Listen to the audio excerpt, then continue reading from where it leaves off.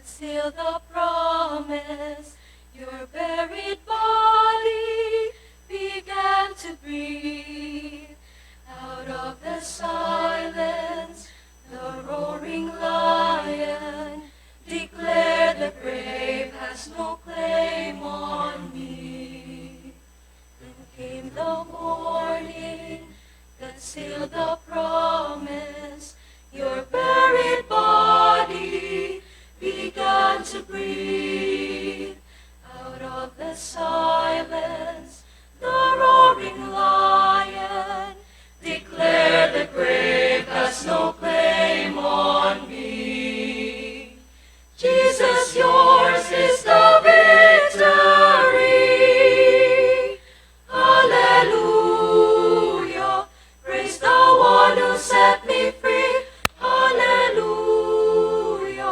Death has lost its grip on me. You have broken every chain. There's salvation in your name, Jesus Christ, my living hope. Hallelujah. Praise the one who set me free. Hallelujah. Death has lost its grip on me. You have broken every chain. There's salvation in your name, Jesus Christ, my living hope. Jesus Christ, my living hope. God, you are my living hope. Bayang magiliw, pwede sa silanghanan, alab ng puso, sa dibdib mo'y buhay. Lupang hinirang, tuwing ka nang magiting, sa manlulupi, di ka pasisin. Sa dagat at bundok, sa simoy, sa langit mo baka, may nilagang tula at awit sa paglayang minamahal. Ang kisap ng matawat mo'y tagumpay na nagdidinig, ang bituin at araw niyang kay, ang may di magdidinig. Lupa ng araw ng buwan, ating pagsinta, buhay ay langit sa piling mo. Aming ligaya na pag may mga api, ang mamatay ng dahil sa'yo.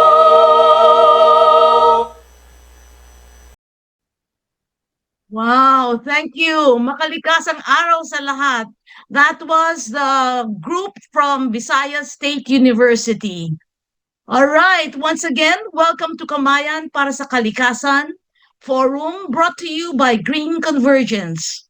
We are now on our 423rd session, and we will share with you stimulating discussions in our recently concluded event, the 2025 State of Nature Assessment, or the Green SONA, held in Baybay, Leyte. But before anything else, please allow me to introduce myself.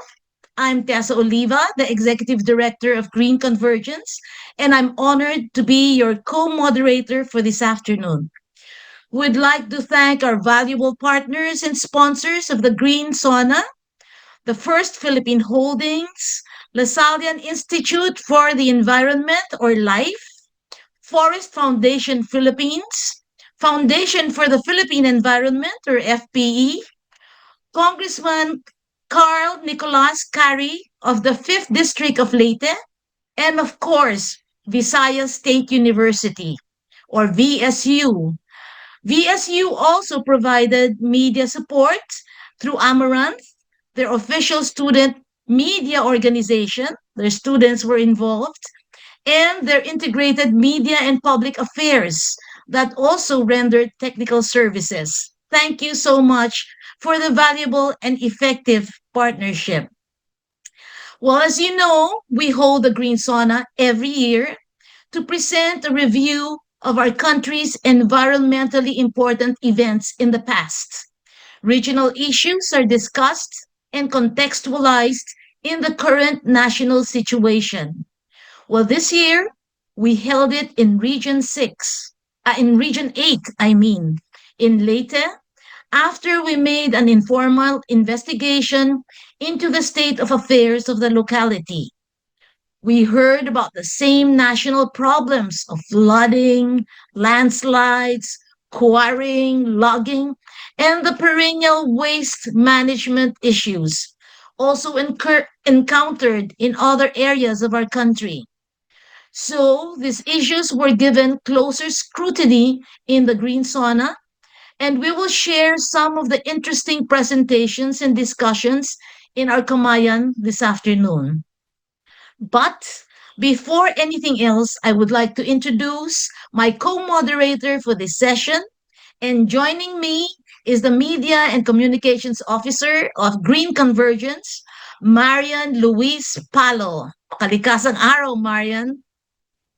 Makakalikasang araw po, Miss Tessa, at makakalikasang araw din sa ating lahat. Thank you very much po for the introduction and for running through the themes of this year's Green Sauna. Nako, very true that the Green Sauna had stimulating and thought-provoking discussions, no? As a 20-something years old, it really made me rethink how the future will look like and how fast we should act, especially on the issues presented in the Green Sauna, like mining, mangrove rehabilitation, and many more. It is genuinely worrisome for many years na how these issues are the realities of many places in Region 8 and for sure across the country. And for today's Kamayan session, which is themed Beyond the Green Sauna, Voices, Visions, and Commitments, we re-echo these issues because truly the conversations on these matters should not stop. We amplify the voices of the affected communities, bring forth the visions that have transpired, and embody the commitments even beyond the Green Sauna. And ayun na nga, we will highlight this in today's session. And we once again invited some among many of our eminent research speakers from the Green Sauna 2025 for today's session. So without further ado, we invite all of you to participate in the discussions. Share this live stream on your timeline. We are live on Facebook, by the way.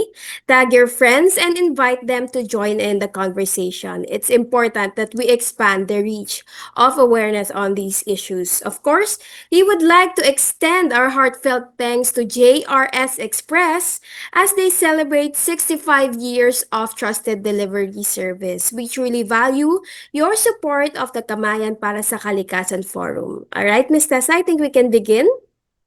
Oh, yes. JRS Express. Thank you, JRS, for supporting and co presenting today's Kamayan session. Happy 65 years of delivery service. We wish you more blessings. All right, before we begin, let us greet our participants. Now, Yes. we will do this, huh? Listen carefully, participants.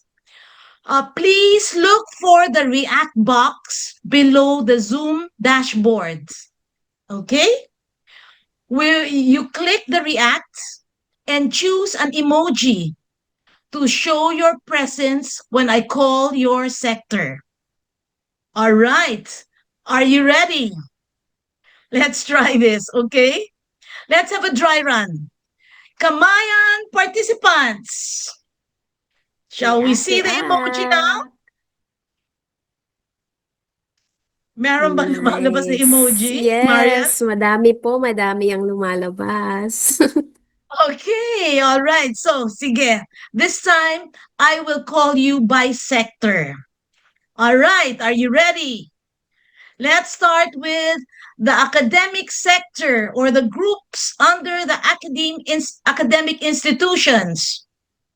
Let's bring out those emojis. Okay, academic sectors. Yes, hello po, Young Economists Club, am I correct? Miriam Right. College. Who else? Okay, Visayas State University, Pam Pamlompon, Palompon Institute of Palompon. Technology, Palompon Institute of Technology, Aklan State University, Young Ecologist Society, Biliran Province State University, and REAP. Okay, this time let's see it from the religious and social civic organizations. Shall we see them? Are there emojis? Okay, so we have maybe from the Catholic Women's League, Laudato Si Movement Filipinas and Partners, Laudato Si Aklan, Mother Earth Foundation, Youth Advocates for Climate Action, and Kalingatngan Youth Organization. Wow, it's good to have the young groups here. Also, South Pacific Integrated Area Development Foundation and Angat Kalikasan Katutubo Pilipinas. Oh, and then from the government, bring out those emojis. Hello, We have hello. DSWD, DARFO 8, and BIFAR. And from the private sector, Ultra Sky Solutions Limited. Okay. Thank you all for being here with us today. Okay, and now to officially open today's Kamayan Forum, let us all welcome the ever energetic president of Green Convergence, our beloved Victoria Vicky Segovia. Hi, Vicky. Hi, good afternoon, everyone. This year, we are marking 20 years of SONA, of the green SONA. That's how long we had been doing this thing. And as our moderators have said, we held our 20th SONA in Visayas State University, Region 8, Leyte, this year. Happy that they are our partners. They are really excellent partners. I'd like to take this opportunity to thank again our counterpart in Region 8, especially the officers and the community of Visayas State University. You have really impressed us with your green campus, with your beautiful programs, and you instill hope in our hearts that our country is doing well because we have met you. As I am now giving you my welcome address, you can see some of the scenes of the Green Sauna in Leyte. We missed you there. We hope that you were part of us there physically, but since you were with us only in spirit, we are trying to share with you this time what happened during the sauna. I'm also very happy to acknowledge the contribution of the JRS Express, our first sponsor for Kamayan. They are sponsoring 3 sessions of our Kamayan, and we would like to thank them very much. Can we have a show of hands, please, for JRS Express for being a very staunch supporter of our advocacies? So, we will be having a very exciting session this afternoon because we will share with you what happened during the sauna in Leyte. Even if you were not there with us, now this is your chance to participate in the very beautiful sauna that we experienced in Leyte last September 3 and 4. We are lucky that some of the speakers that were with us there are available today, and so you will hear them firsthand, their impressive testimonies about their advocacy for the environment. Those who are not here present because of some circumstances, we will play a recording of their sauna. And as you can see, look at Dr. Galang trying to plant a tree. As you can see, whenever we go to a place, we are conscious of our carbon footprint because we have carbon footprints due to riding in the cars, riding in the airplane, especially in Visayas. So we are trying to plant the tree to somehow offset our carbon footprint. So you will see that in the photos that we are trying to show to you. So good afternoon again, everyone, and welcome. Hold your breath, stay put, enjoy the session. Thank you. Yes, thank you, Vicky, for your inspiring opening remarks and for setting the tone for today's forum. Right, we really had a good session, Green Sauna in Leyte. Okay, and we will show some of our discussions there with you. Okay, so Marian, shall we begin?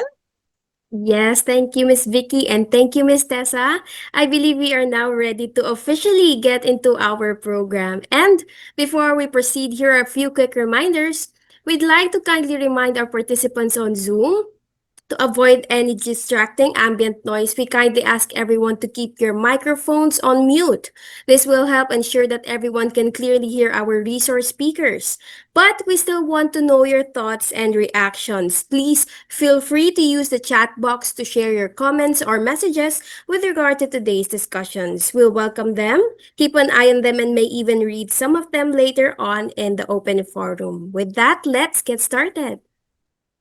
Okay, all right. Thank you for the reminders, Marian. Now that we've kick-started the session, it's time to introduce the first part of our program.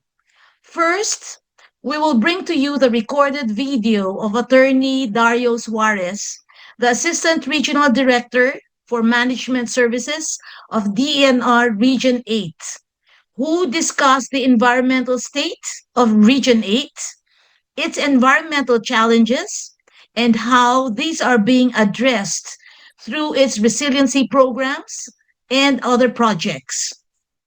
So, ladies and gentlemen, the presentation of Attorney Dario Suarez.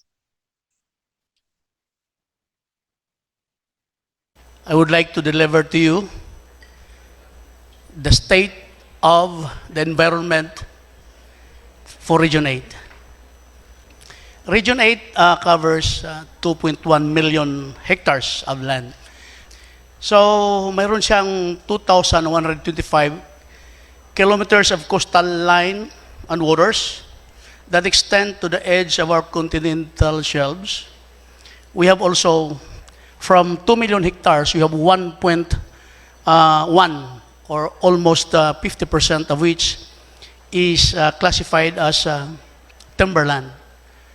Pero kasama na rin dyan yung protected area natin dahil ang NAMRIA ay hindi pa natapos yung land classification map na bago.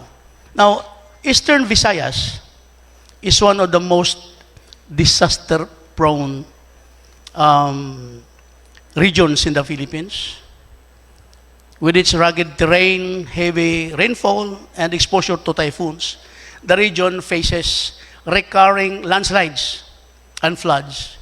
The most notable events include the 2022 landslides in Baybay City and Abuyog dahil sa bagyong Agaton. The region continues to face threats from illegal logging, firewood cutting, slash-and-burn farming, and wildlife hunting. These pressures not only reduce forest cover but also endangered species such as the Philippine eagle and the Philippine tarsiers. Another major environmental issue, the construction of large coastal infrastructure. These are the projects in urban centers. This raised concerns about mangrove loss, disruption of tidal flows, and increased flooding risk. Another is on waste management. Despite the passage of Republic Act 9003 or the Ecological Solid Waste Management Act, improper disposal and low collection efficiency remain challenges in the region. And air quality is generally within safe limits compared to urbanized regions. However, localized air pollution is emerging in growing cities like Tacloban, Ormoc, Baybay City, Maasin City, Calbayog City, and other cities in Samar. Next is the climate change. Ito talaga ang importante natin dito. The extremes in climate change, drought, and flood through typhoons. And being within the Eastern Seaboard ang Region 8, tingnan nyo yung bagyo ay nasa Samar palagi. Ang mata sa bagyo ay makikita doon sa Giwan, Eastern Samar. Humunhon ang Manikani Islands in Giwan, Eastern Samar, and other mineral-rich areas have long been affected by nickel and chromite mining. Quarrying for sand and gravel, ito ay sa local government units. Inisyuhan nila ng mga gratuitous permits. Ay isa din yan sa naka-affect ng ating water siltation. Sa kabuuan ng DENR ay may 7 agenda na tinatahak to address these concerns, aligned with the Philippine Development Plan and the President's socio-economic agenda. The DENR focuses on the 7 priority thrusts and directions to prevent and mitigate recurring issues. 1, adopt climate risk lens in national planning and policy. Increase forest covers. The conservation of protected areas and biodiversity resources. Improve air and water quality and waste management. Ensure water security and resilience in high water stress areas. 6 is sustainably and responsibly manage mineral resources. And 7, promote effective land management and governance. This is the first priority of the department. It aims to, number 1, to promote convergence and policy coherence among national government agencies. Second, institute risk-based ecosystem, nature-based solutions. Third is invest in green opportunities by implementing the Sustainable Finance Roadmap. The Geospatial Database, yung makita natin dyan, office which created the National Natural Resource Geospatial Database, conducts the resource mapping that overlays thematic maps, layers for water, forest, and mineral resources. This complements the mapping resources information generated by the NAMRIA. Through the National Natural Resource Geospatial Database, yan, makita natin. Tingnan nyo lang yung legend, ha? Kita natin. The images and drone footage na nakuha natin is being maximized to monitor the forest cover, river basins, mangrove areas, and for surveillance purposes and other activities. The department implements the National Greening Program. Ano ito? NGP project. National Greening Program. This is one of the flagship programs of the department, started in 2011, which aims to contribute to the increase in forest cover of the country. And I'm proud to tell you that as of 2020, Eastern Visayas had increased its forest cover by 15%.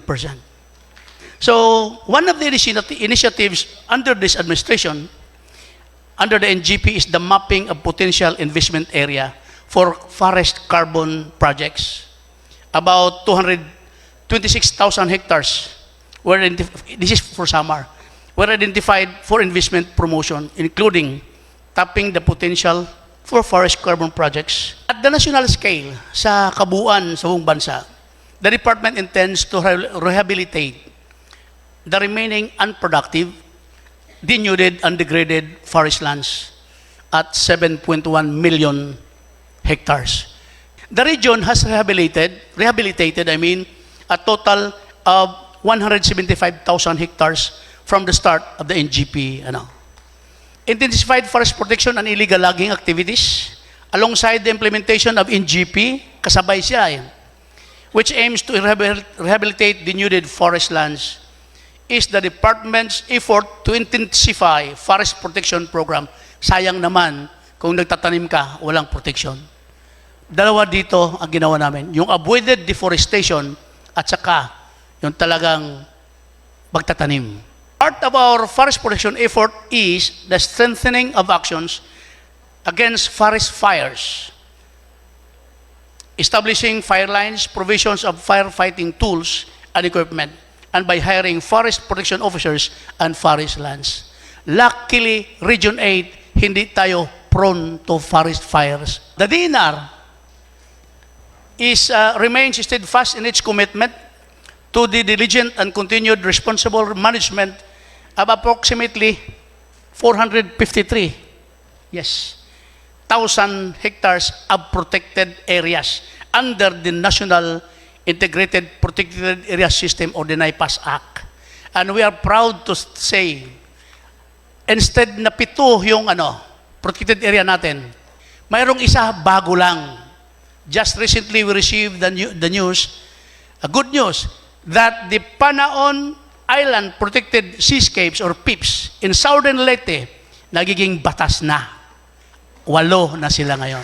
That's one of our protected areas na kailangan dadagdagan pa.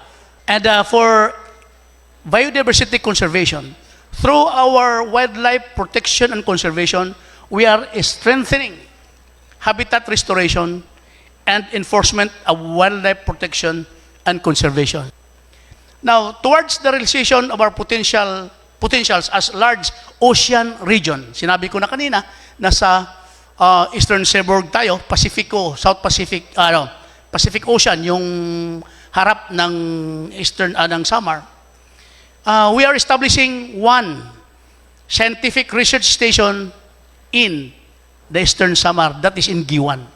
This is one marine scientific research station, identified as major marine geographic province, which will commence this year in partnership with the Philippine Space Agency.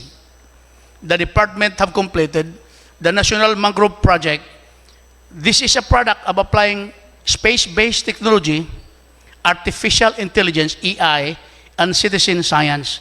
Various stakeholders from academia, private sectors, NGOs contributed to the mapping of around 34,000 hectares of mangroves in the region and validated points across 6 provinces. The DENR is optimizing partnerships and innovation to combat water and air pollution and are setting targets for expanding our capabilities for observation, monitoring, and analytics, continuous emission monitoring, and real-time water and air quality sampling are essential to sustainable development.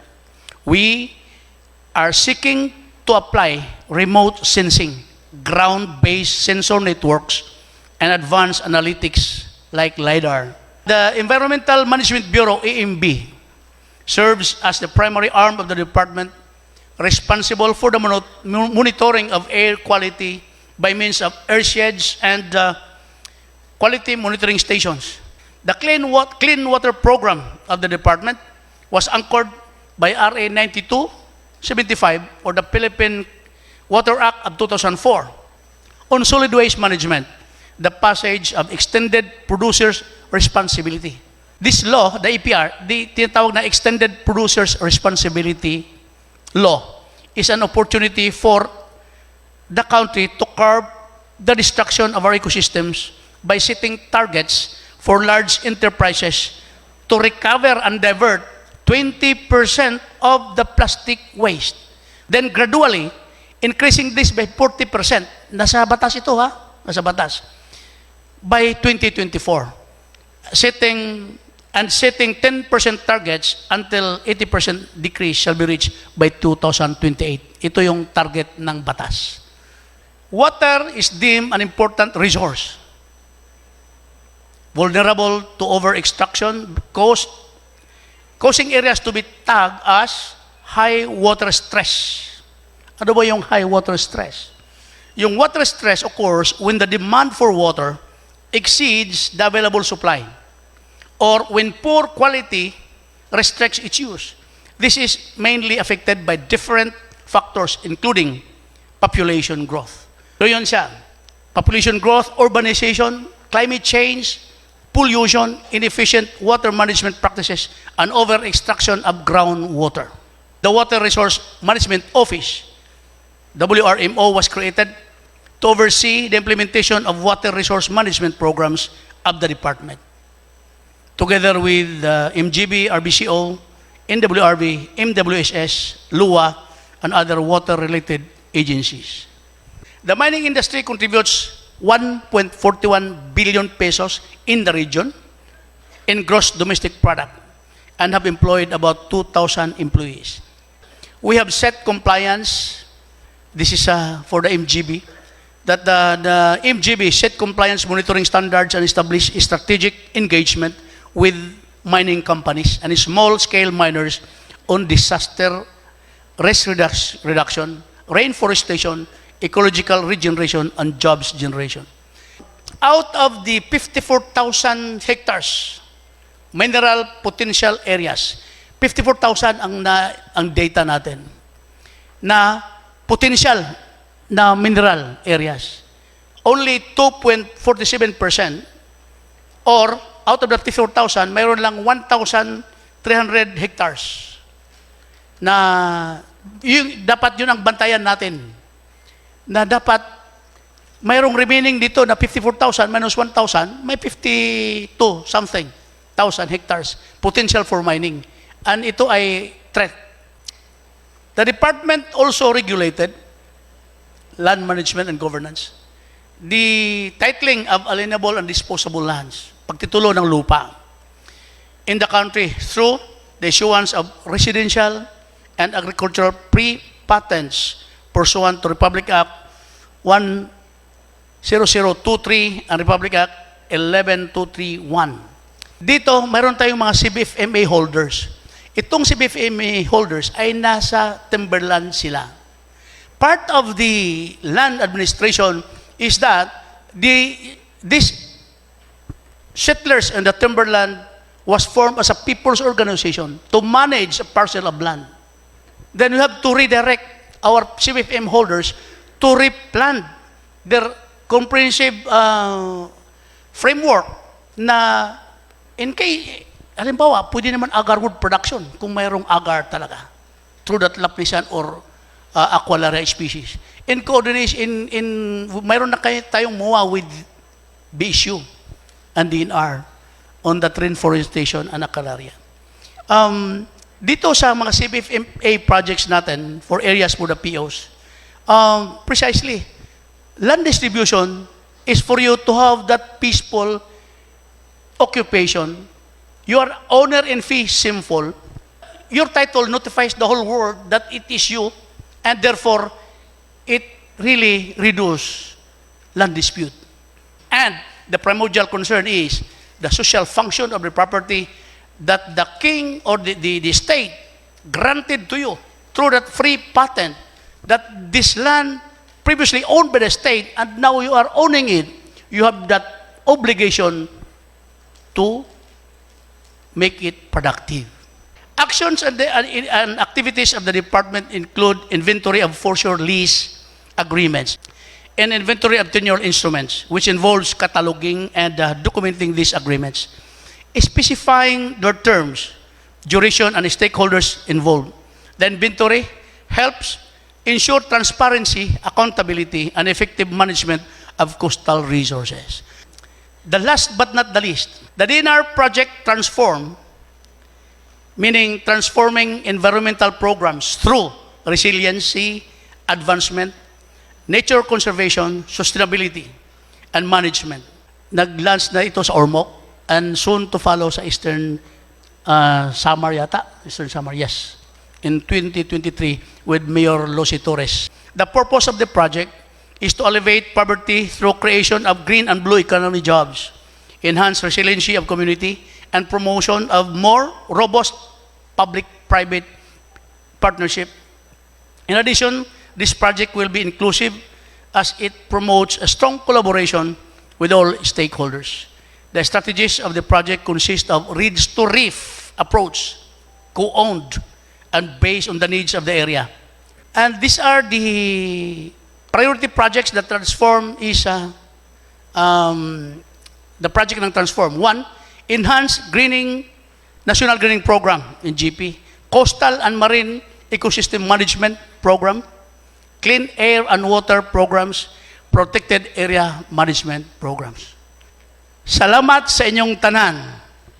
Attorney Suarez, though it was a recorded video, we still very much appreciate that we were graced with your presence on behalf of DNR Region 8 and the Green Sauna. It is good to know no, that there are 7 strategic thrusts in place to address issues in the region, no, like illegal logging, flooding, mining, and waste. Given that, as Attorney Suarez had detailed, Region 8 is surrounded by abundant forest areas and bodies of water. Talagang when we were in Leyte, pagtingin mo sa kanan, mountains and forests. Tapos sa kaliwa naman ay coastline. So it's very beautiful and rightfully so must be conserved and kept clean. Of course, much emphasis on keeping them protected through the policies mentioned without straying away, of course, from the livelihood and socio-economic needs of the residents, especially those communities that are and will be directly affected, and even the biodiversity. It's also good to know na science-based data or research, together with academic institutions like VSU and other agencies, is being integrated in all of this, no? With the support na rin of the Project Transform, which is the DENR's holistic approach to addressing environmental risks brought by climate change. So yes, thank you again, Attorney Suarez, for laying out the strategic thrusts in depth, and we hope for success in DENR Region 8's environmental target